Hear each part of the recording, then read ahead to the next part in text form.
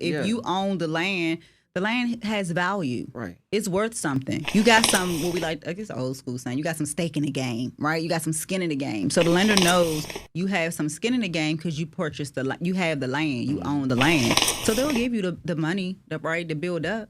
I just want you to give them one lender. Don't give them all your lenders. Give them one lender. Give them one lender. They gonna have to say, let me see. You said not all. I don't want you to give them all because that's what they're gonna tap in with cash flow properties. Absolutely. So this is the Stand Podcast for entrepreneurs.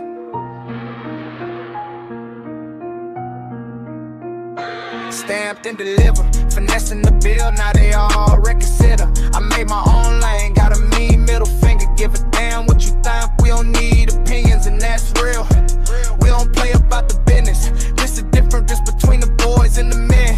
This is Stand Podcast, get the bag, get the bread. Ain't no slack, ain't no chill, and you know it's still all money in. Gotta be 100 mil M's.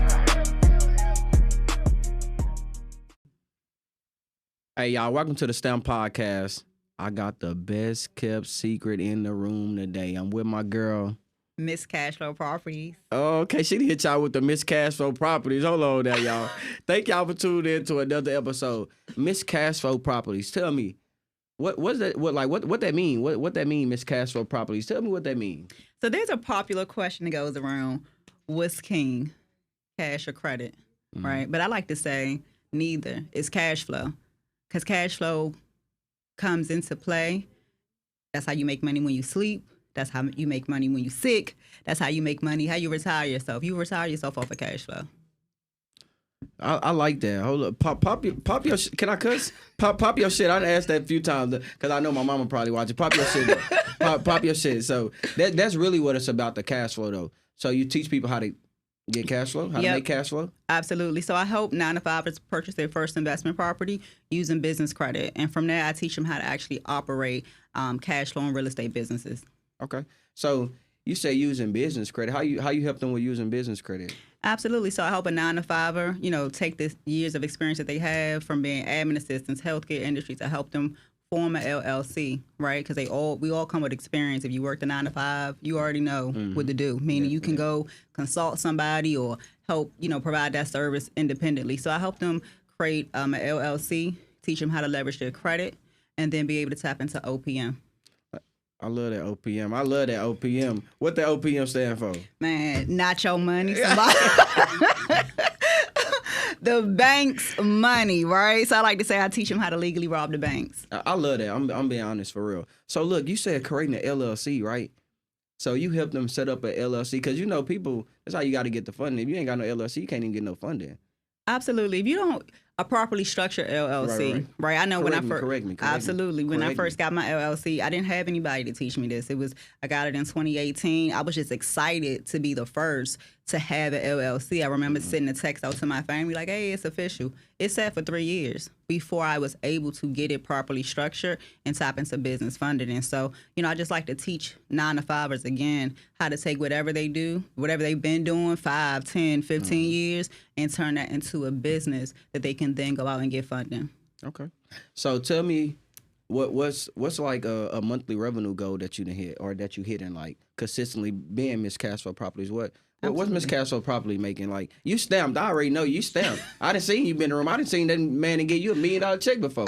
You hear me? I done seen somebody give you that mean you going hard. You hear me? That mean you going hard. Talk to me. Listen, so my highest, month has been $50,000. So I've hit, 50K months. Cash flow. I tell people all it takes is 5 cash flowing doors, right? 5 cash flowing doors. So I got my first $10,000 in cash flow.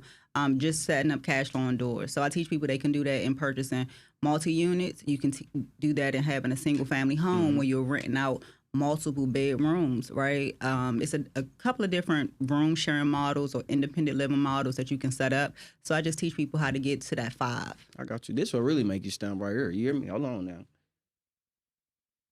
Do you help other people do this, or have you helped other people do this? Absolutely. For the past 2 years, I'm a second-generation licensed realtor, so I didn't just jump into this and wake up and be like, oh, I want to do an Airbnb. Oh, I want to, do a midterm rental. No, I was already, I went that route, got my degree in business, got on the side of real estate. I was working at NAS. At one point, I was working at NAS as an IT consultant in real estate school, primary caretaker for my son. Like, I was humping, you know. So once I got into real estate, I was helping people purchase multifamilies. Right before there was a coaching space, so that I became aware that you can like do this outside of having a license. And so, you know, I would meet people and they would think, hey, I want to, you know, invest. Do I need a license? And I was like, no. So I started showing them how to get multifamilies, how to leverage first-time home buyer programs, helping them get in using OPM. Again, I see why they call you Miss Cash Flow Properties, though. Like, you keep on saying that multifamily home, them cash flow properties. That was okay. Them cash flowing properties, like, you really one of them ones. So, look, let me ask you this. Do you teach them how to find the property? Like, where y'all finding the property at? Like, how you finding property? Like, what are you teaching your mentees? Like, so for acquisition, they can find properties off market. So I teach them how to tap into different Facebook groups. Like Facebook is where you can get into any real estate group you want. That's where wholesalers live, right, and market their properties. They can use a realtor, right, to find them something that's on the market, or sometimes realtors have relationships with tired landlords is what we like to call them. So the acquisition, you know, they can go from new construction, find and renovated through offline wholesalers or on market, on market. Okay, I like that. Yeah. How long you been doing that though? So coaching. 5 years? Yeah, coaching 2 years. Okay, coaching. So I've been in the space, you know, officially a coach for 2 years, and really just broke away from my license altogether. I still have it, but I stopped like selling people and going into, you know, working like under this as a realtor. Because I know for me, and I know there are other realtors out here, like you just haven't figured out how to get on that other side. Yeah. So you get to a place where you're helping other people, but you still don't own any real estate. So for myself, I had to break from completely separate myself, you know, to say, hey, listen, you don't have to have your license to be an investor. You can teach other people how to be an investor, right? Whether they're buying their first home or honestly tapping into OPM so they can buy multiple. Definitely. It's about getting into a blueprint you can do over and over again. So 2 years on my own. I've been licensed. I'm second generation real estate agent. My mom was a realtor. What about your entrepreneur journey? How long you been an entrepreneur? I know you said you was working. How long you been an entrepreneur? So I left NASA in June of 2017. Okay. And just went, you know, full-time entrepreneur doing real estate. And then moved into, you know, getting my first investment property, doing my first fix and flip.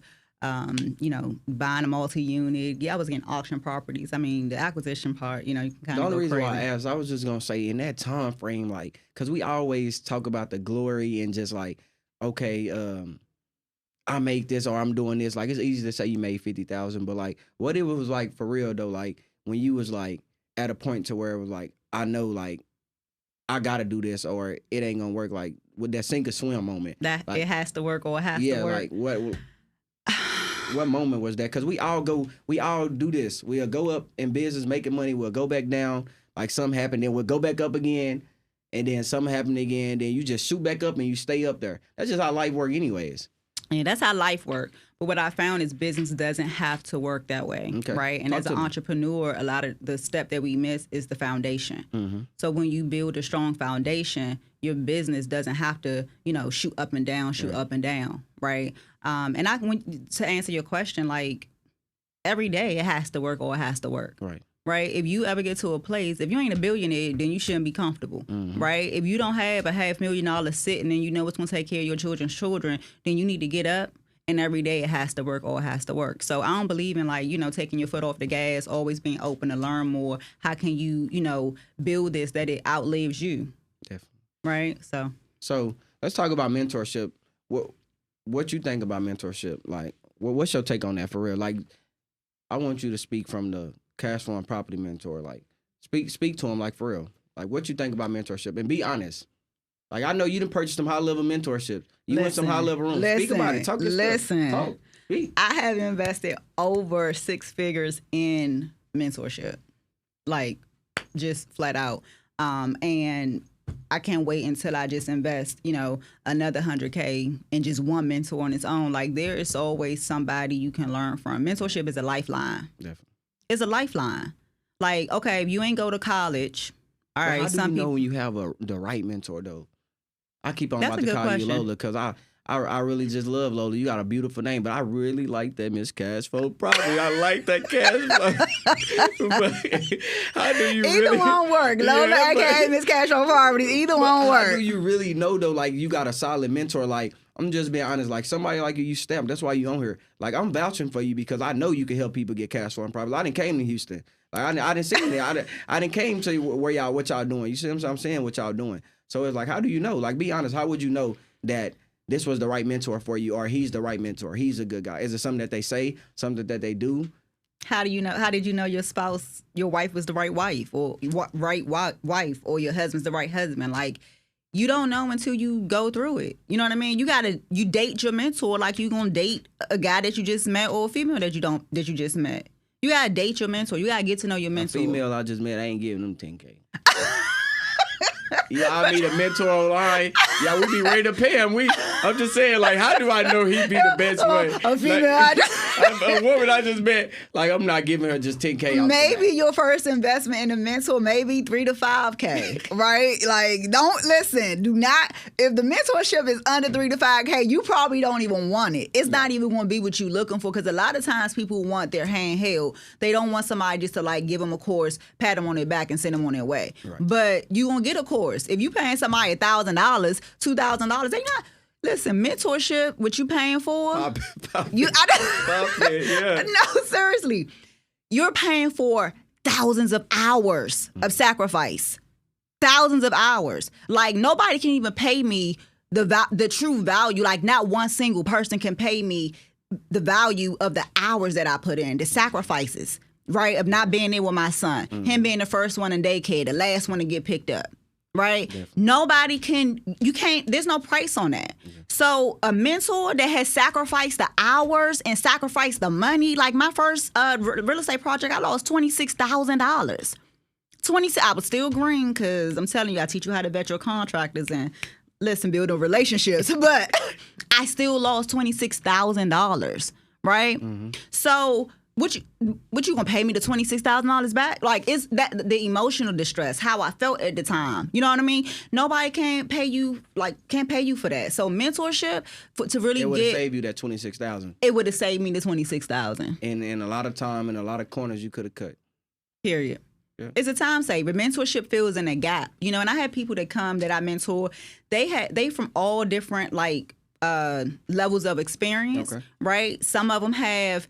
They understand how to generate cash flow, more cash flow than me. Like I've mentored people who make more than me in cash flow, right? But they don't have no generational wealth. Right. They don't know how to buy. They don't know how to own. See, I teach you both how to build generational wealth and how to set up that business and cash flow. It's two different things, right? Explain. So, explain. That's why you stamp. Explain.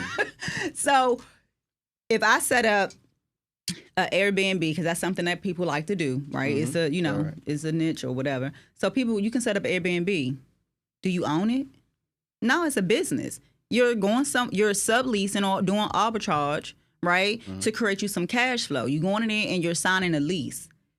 If the landlord want to put you out just because they selling it, they can, right? You don't own it. You can't leave that. If you passed away today or tomorrow, your kid don't get that. You're on the lease. You passed away. That's it, right? Your kid will have to come in and ask to negotiate a lease. Right. When you own it, when you learn how to buy, when you learn how to go and take business funding, and then you learn how to go and get you a real estate loan, and you learn how to put those two things together so you ain't pay no money out of your own pocket, and now you purchase this real estate for $300,000, $500,000. But all off what?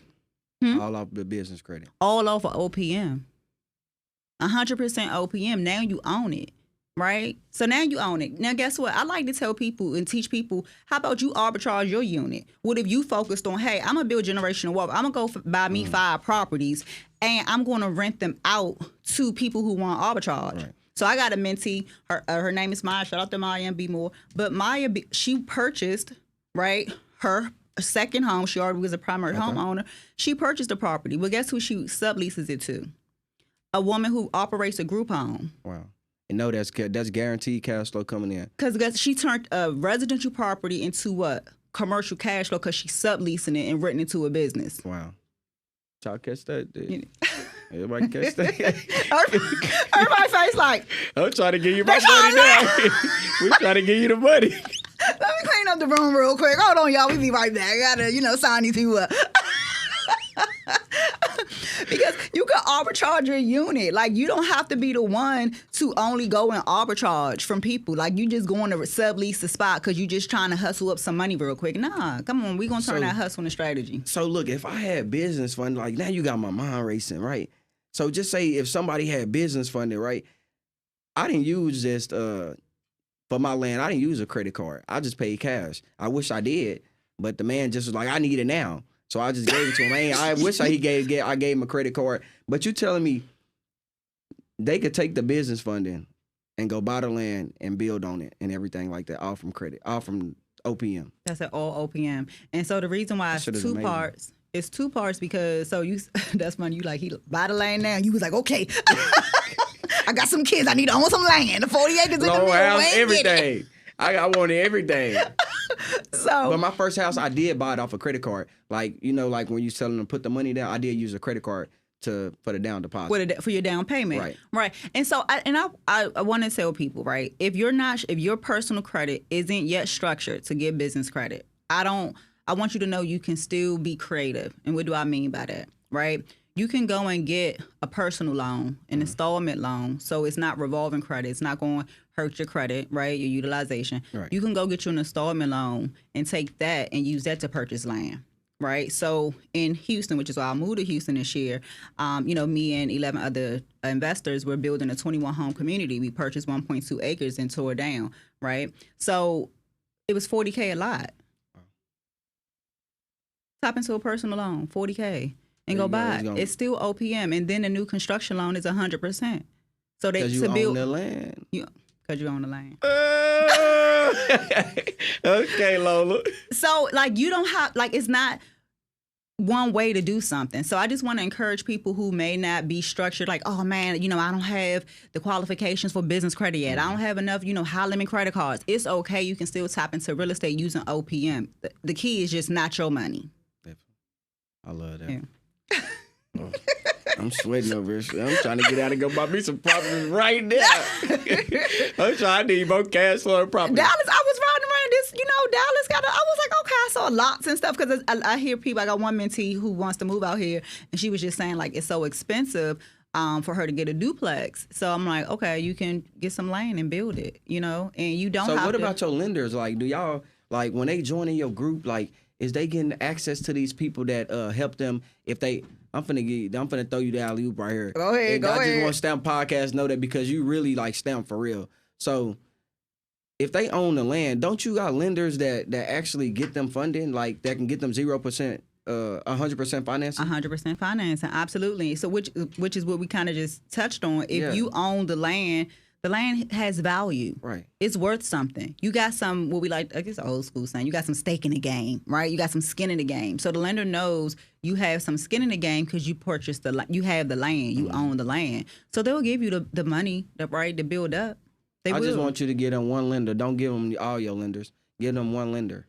Give them one lender.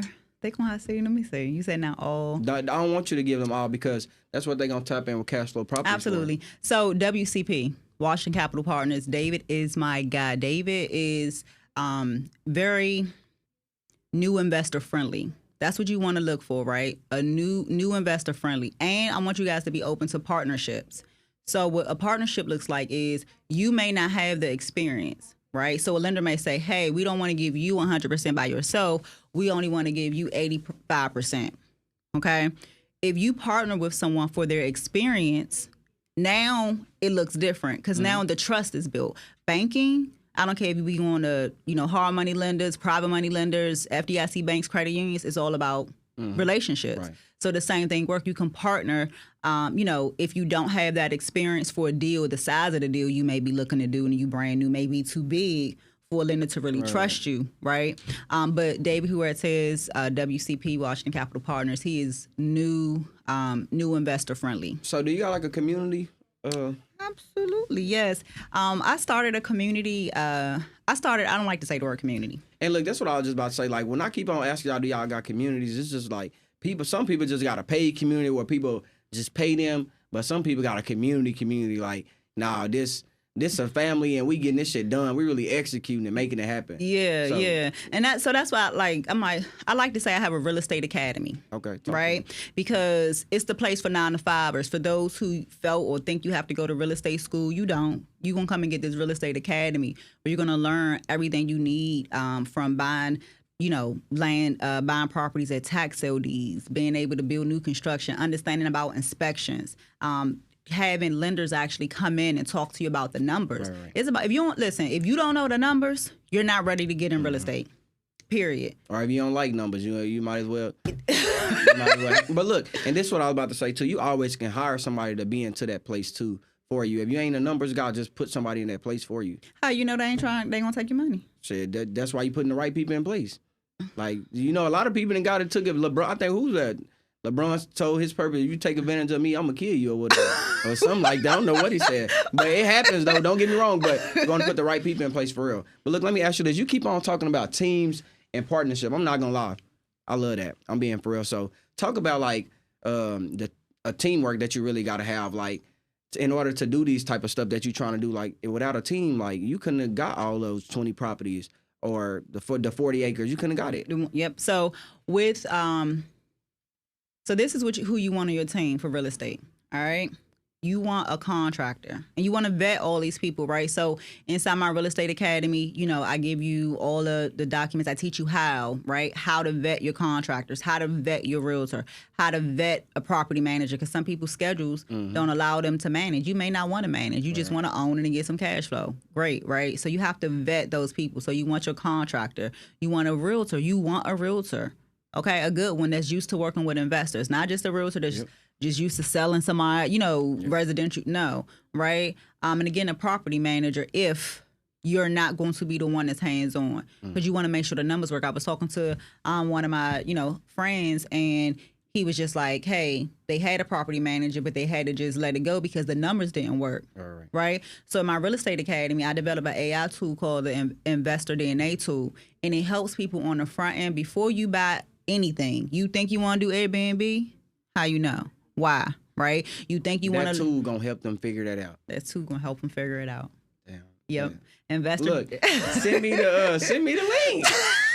Send me... I need to I invested too. You hear me? Send me the link. Hello. The first... You like, no, wait a minute. This ain't for y'all. This for me first. I'm gonna drop just like 3 months so I can get myself ahead first. They gonna have it. But look, check this out though. I want you to get an audience 3 things to help them get ahead in real estate, because with what you're doing, just 3 things to get ahead. Period. Okay. So 3 things to get ahead. That investor DNA tool. Know what type of investor you are. Airbnb sound cool, but me doing Airbnb without a partner sucks. I don't want anybody calling me to telling me that the dishwasher broke. Like, my partner was out of town and they was like, hey, is it any laundry detergent? I was like, is it laundry detergent? Do we? Because that's not my role. I'm good at numbers. I'm good at acquisition. I'm good at money. I'm good at funding and access to capital and purchasing properties, right? So I want you to take the Investor DNA tool so you know who you are as an investor and what team you need to build around you to cover your weak spots, okay? So that's the first thing. The second thing that, what we say that they need or to help them build? Just to help them. You already gave them 2. Second thing I would say, or next thing I would say is like understanding the importance of not using your own money. Like, just straight up. I come from humble beginnings. I've had to work hard. I was always going back to school. Getting that next certification, that next degree. I was working at NASA before, and I walked away from that to get into entrepreneurship. But being able to understand how to leverage capital, it's a game changer. Like, how to leverage your credit to get access to capital. It is a complete game changer for people that look like me, and my demographic is something that we wasn't taught in school. We just wasn't taught it in school. So now when you get into this space where you got access to podcasts like Stamp, they got people to come on like myself, like, tap into capital, understand how to leverage your credit, how to structure it, and then how to form that LLC, and that's cash cow. That's what I'm talking about.